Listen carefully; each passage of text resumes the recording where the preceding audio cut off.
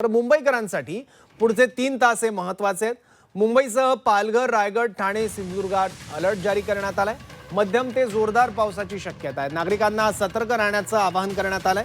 समुद्रालाही आज मोठी भरती आहे, त्याच्यामुळे मुंबईत आणखी मोठ्या प्रमाणात पाणी तुंबण्याची शक्यता आहे जर पावसाचा जोर कायम राहिला किंवा वाढला तर।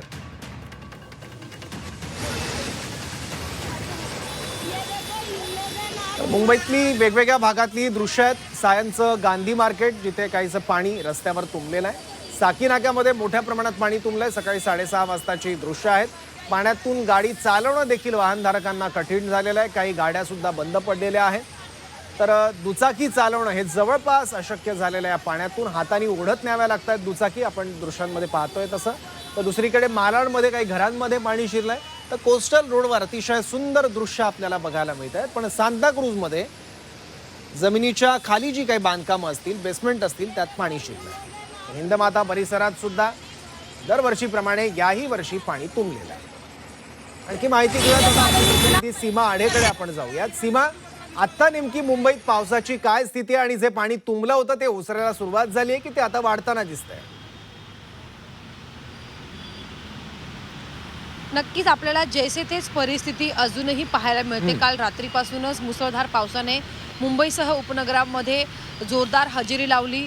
ज्या पावसाची प्रतीक्षा आपण अनेक दिवसांपासून करत होतो त्याच पावसाच्या पहिल्याच पावसात मुंबईची तुंबई झाल्याचं आपण खरं तर काल रात्रीपासूनच पाहतोय।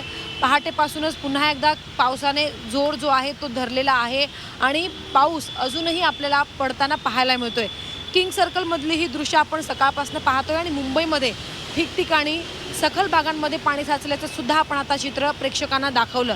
मुंबईची तुंबई झालेली आहे। पहिल्याच पावसामध्ये ठिकठिकाणी पाणी साचल्यामुळे त्याचा फटका एकतर रस्ते वाहतुकीला तर बसलेलाच आहे, तर दुसरीकडे याचा फटका रेल्वे वाहतुकीला सुद्धा होताना दिसतोय। सध्या ही दृश्य आहेत किंग सर्कलमधली आणि किंग सर्कलच्या दोन्ही लेनमध्ये प्रचंड पाणी साचलेलं आहे। मुंबई महानगरपालिकेकडनं जे पंप लावण्यात आले आहेत त्या पंपाच्या सहाय्यानं पाण्याचा निचरा करण्याचा जो प्रयत्न केला जातोय, मात्र दुसरीकडे वरून राजा सातत्यानं कोसळतो, त्यामुळे जो साचलेलं पाणी आहे तो काही आपल्याला कमी होताना दिसत नाहीये। जसं तुम्ही आता उल्लेख केला की दुचाकी असेल, चारचाकी असेल, सातत्यानं बंद पडतायत, तर अगदी तशीच परिस्थिती या ठिकाणी सुद्धा आहे।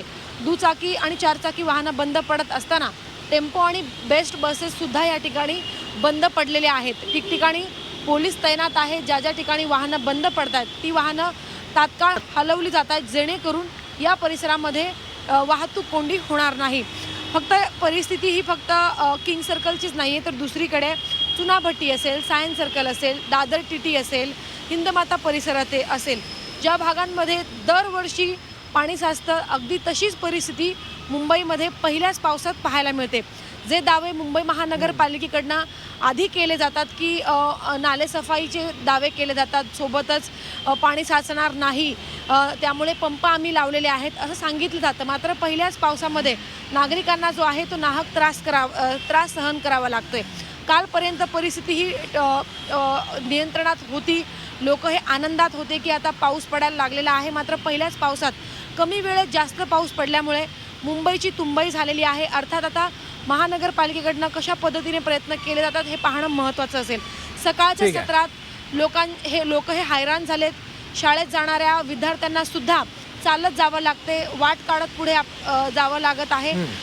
मुंबईला आणि ठाण्याला सध्या रेड अलर्ट जारी करण्यात आलेला आहे। ढगाळ वातावरण सध्या मुंबईसह उपनगरात पाहायला मिळतं, त्यामुळे दिवसभर अशीच परिस्थिती राहील असा अंदाज हवामान विभागाकडनं वर्तवण्यात आलेला आहे। त्यामुळे जर सातत्यानं वरून राजा जर कोसळत राहिला तर मुंबईची परिस्थिती ही अजून आपल्याला वेगळी पुढील काही तासात पाहायला मिळू शकते। बरोबर सीमा, धन्यवाद या माहितीसाठी। आता पावसाचा जोर आणखी वाढतो का की कमी होतो हे बघावं लागेल आणि त्यावरच पाणी तुंबतं की ओसरतं हे अवलंबून असेल।